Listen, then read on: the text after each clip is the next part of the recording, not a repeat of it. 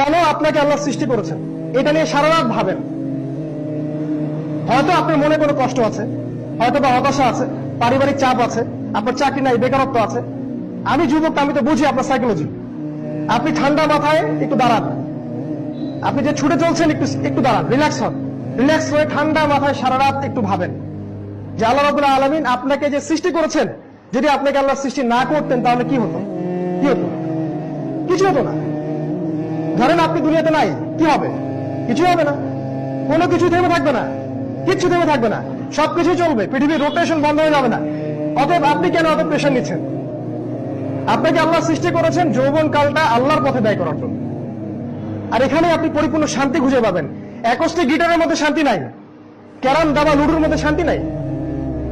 শান্তি, inner piece, যেটা প্রশান্তি, সাকিনা, সেটা কিন্তু এগুলোর মধ্যে নাই। এটা টেম্পোরারি, একটু ভালো লাগে, তারপরে আবার হতাশা, হয় না এরকম?